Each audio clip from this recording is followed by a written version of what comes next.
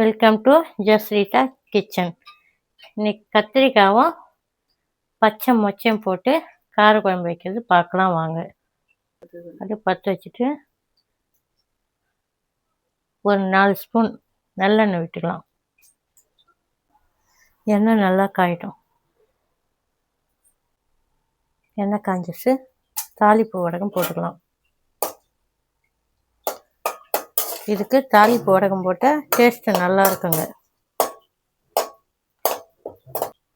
பொதுவாக கார குழம்புக்கெல்லாம் தாளிப்பு வடப்பை சேர்த்துங்க, குழம்பு சூப்பராக இருக்கும். நல்லா பொரிஞ்சதுமே வெங்காயம் போட்டுக்கலாம். வெங்காயோட பூண்டு, கருவேப்பிலை நல்லா வதக்கிக்கலாம். வெங்காயம் வதங்கிறதுக்காக ஒரு 1/2 ஸ்பூன் கல் உப்பு போட்டுக்கலாம். இப்போ வெங்காயம் வதங்கிச்சு, தக்காளி போடலாம். தக்காளி வதங்கிறதுக்காக குழம்புக்கு என்ன தேவையோ அந்த அளவுக்கு உப்பு போட்டுக்கலாம். உப்பு, மஞ்சள் பொடி,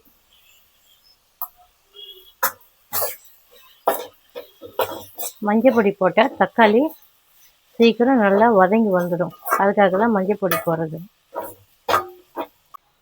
தக்காளி வதங்குதுங்க, இதுக்குள்ளே புளி கரைச்சிக்கலாம்.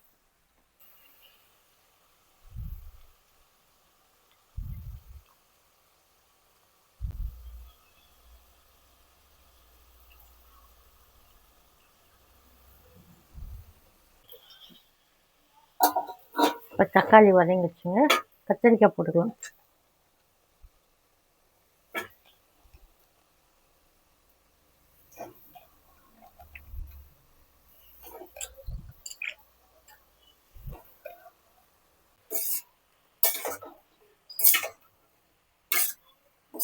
கத்திரிக்காய் எண்ணெயிலே நல்லா வதங்கட்டும். கத்திரிக்காய் கூடவே மச்சை கொட்டையும் போட்டுக்கலாங்க.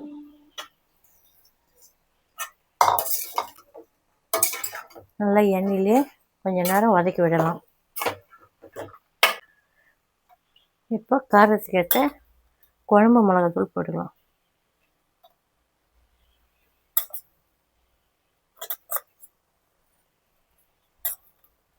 நான் 4 ஸ்பூன் போட்டுக்கிறேங்க. உங்களுக்கு என்ன காரம் வேணுமோ அதுக்கேற்ற மாதிரி நீங்கள் போட்டுக்கலாம்.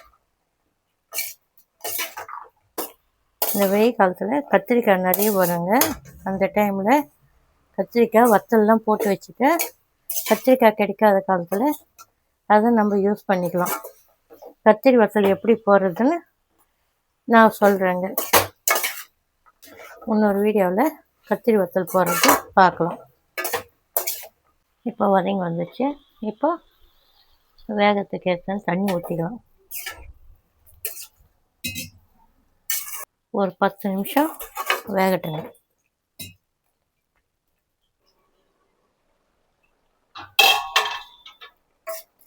இப்போ கத்திரிக்காயும் மொச்சக்கொட்டையும் வெந்துடுச்சு. எடுத்து வச்ச புளி தண்ணி ஊற்றிக்கலாம். புளி ஊற்றிருக்கிறோம்ல, அது கொஞ்ச நேரம் கொதி வரட்டும். தட்டு போட்டு முடி.